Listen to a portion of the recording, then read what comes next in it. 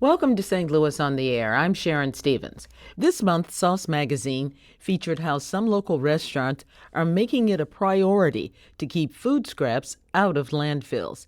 The U.S. Department of Agriculture reports that 30 to 40% of the U.S. food supply is wasted.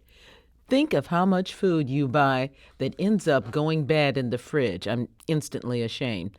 It takes serious organization and planning not to waste food.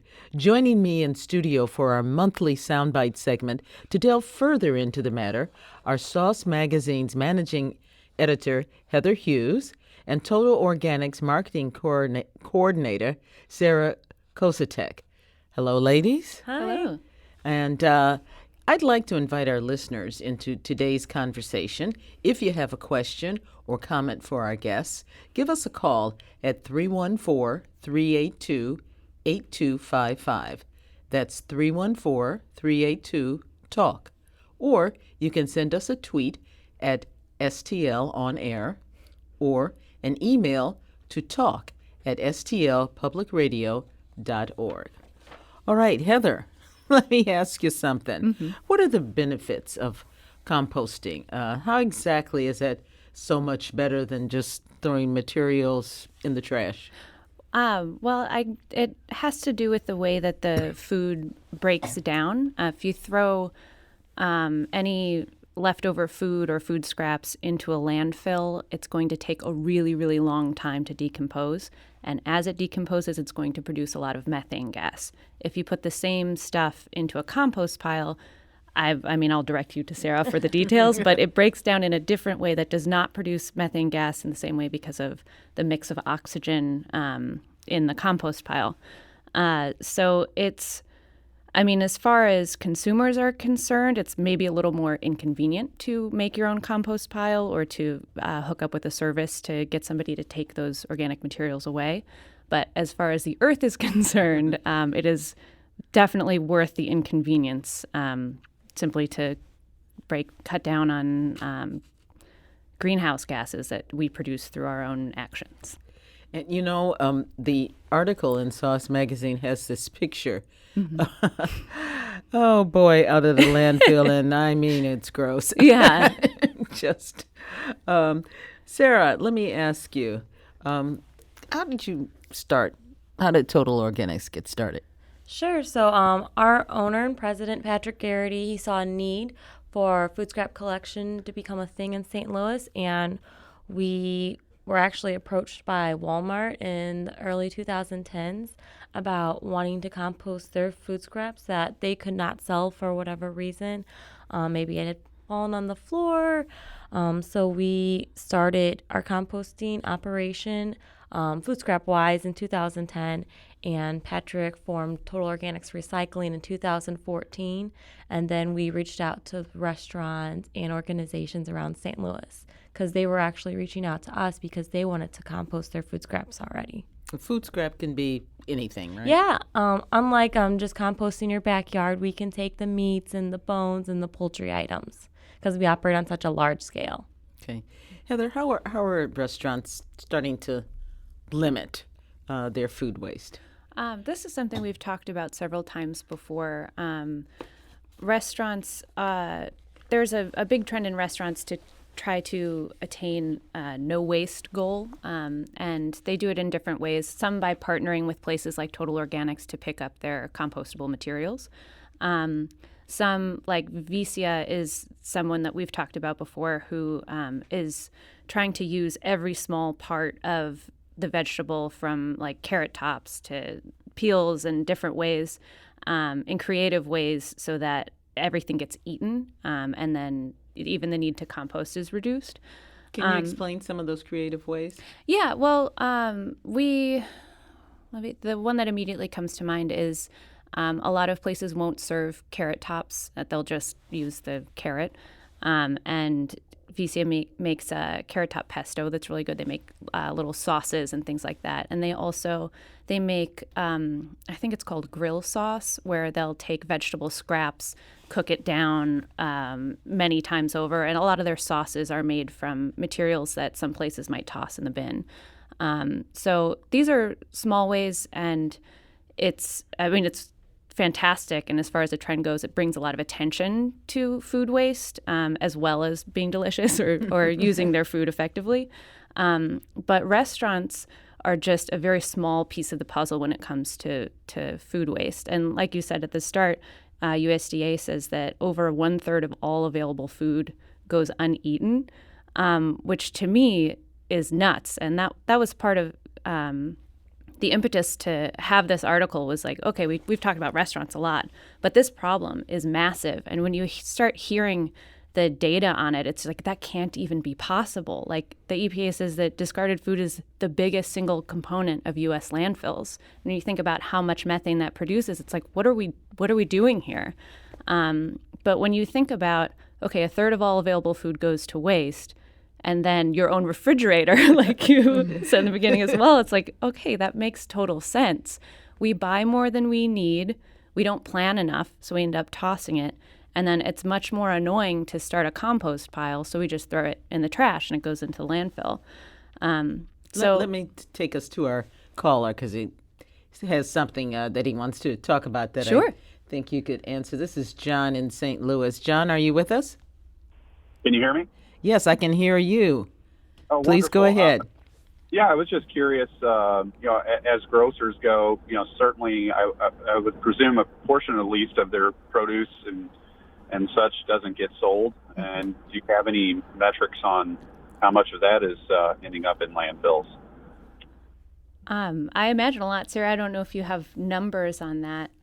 Sure. I don't have nationwide numbers or even numbers for St. Louis, but we've been working with the Schnucks grocery stores for a number of years now, and just a couple of their stores alone, not even all of them, they've composted over 3 million pounds worth of produce that they otherwise can't donate or cannot sell. Now, 3 million sure sounds like a lot, but there's more out there, isn't there? There's so much more, and that's just a portion of the Schnucks stores.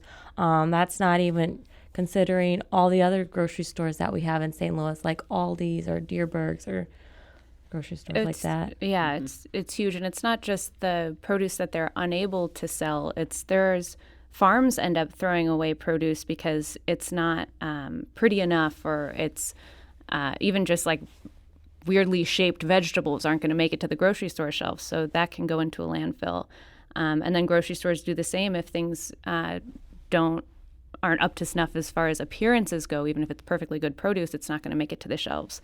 And then the next step is consumers who don't end up buying stuff that's blemished in some way or another. And then that's, again, all of that happens before it even makes it to your refrigerator.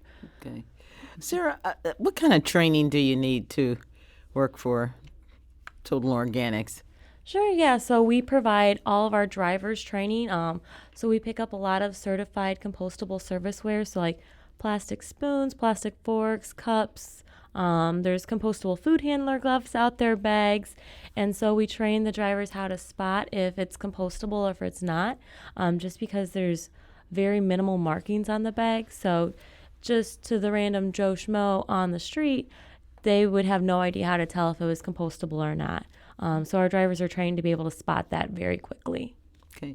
One of our listeners on Twitter has a question, and he writes, can you comment on the difference between pre-consumer and post-consumer waste? Sure. So pre-consumer is, think of it like the back of the house of a restaurant. So it is the trimmings that they're cutting up tomatoes, or they're peeling banana peels. So that would be considered back of the house or pre-consumer waste. Post-consumer is if you were to go to a restaurant and you didn't eat all of your food, that would be considered post-consumer. Okay, very good. Sauce Magazine has written stories on the no waste movement in restaurants, but that is only part of the picture. Some say that the American food waste problem is an insanely complicated one that comes down to small decisions that all of us make every day. Mm-hmm. Yeah, I think absolutely. If we're willing to put up with a little inconvenience in our own kitchens and backyards, it's a problem that the solution has to start at every level, which is, like we were talking about, VCA's making use of more of the vegetables that they buy. It's when places like Straub's and Schnucks that partner with Total Organics who can get rid of stuff that would have gone to a landfill. It's also us planning meals so we don't throw out half of what we get at the store.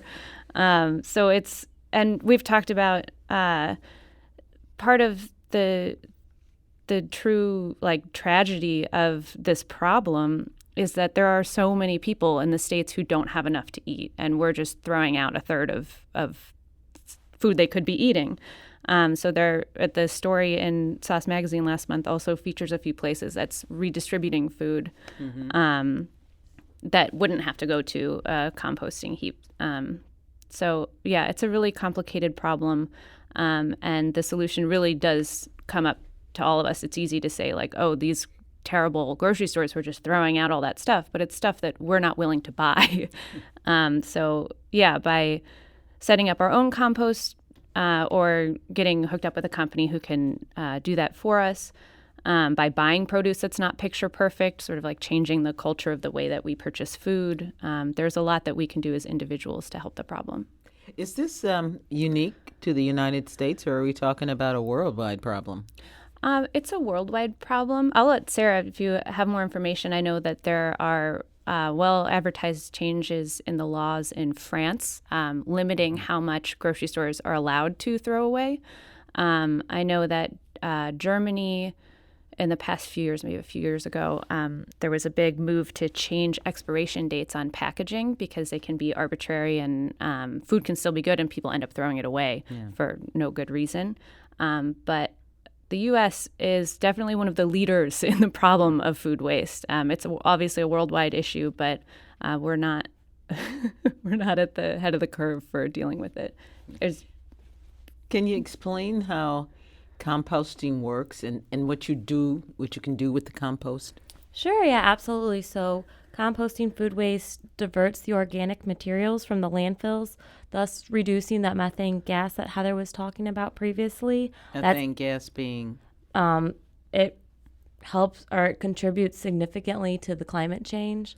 So it heats up our atmosphere.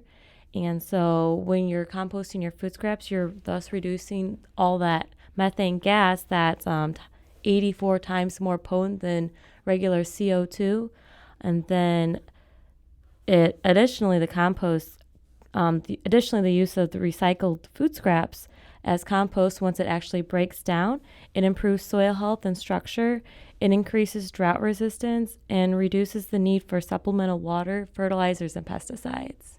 How can people start composting at home? Do you have any tips? Sure, yeah. So they can just find a pile in their backyard or just start throwing stuff in a pile in the corner. Maybe it doesn't need to get sunlight. That's something I get asked all the time, that I have a shady spot in my backyard that I want to start composting, but I'm scared that since the sun's not getting to it, it's not going to heat up the material. But composting is a very natural process. I mean, it's been happening since before the dinosaurs have been around.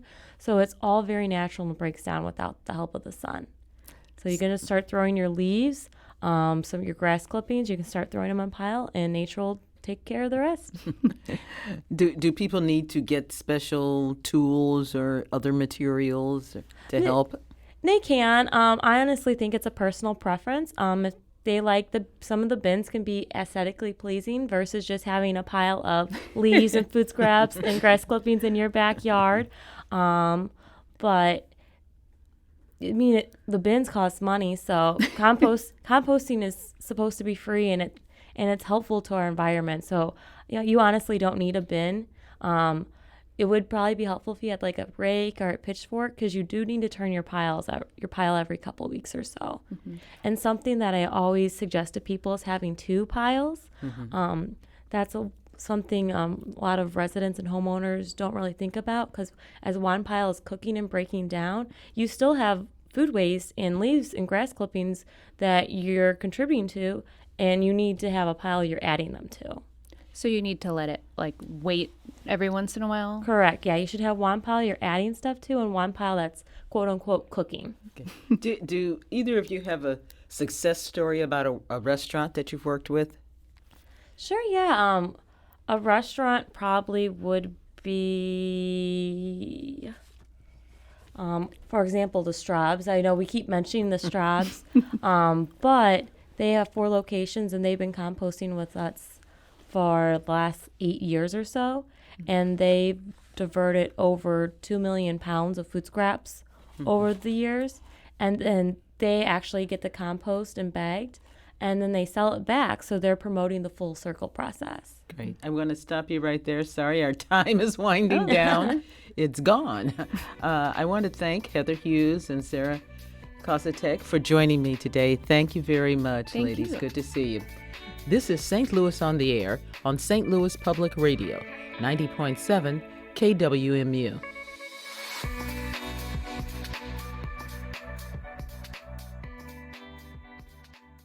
Support comes from Missouri Forest Products Association, committed to sustainable and sound conservation of the state's forests, which support more than 41,000 Missouri jobs, resulting in a $10 billion industry.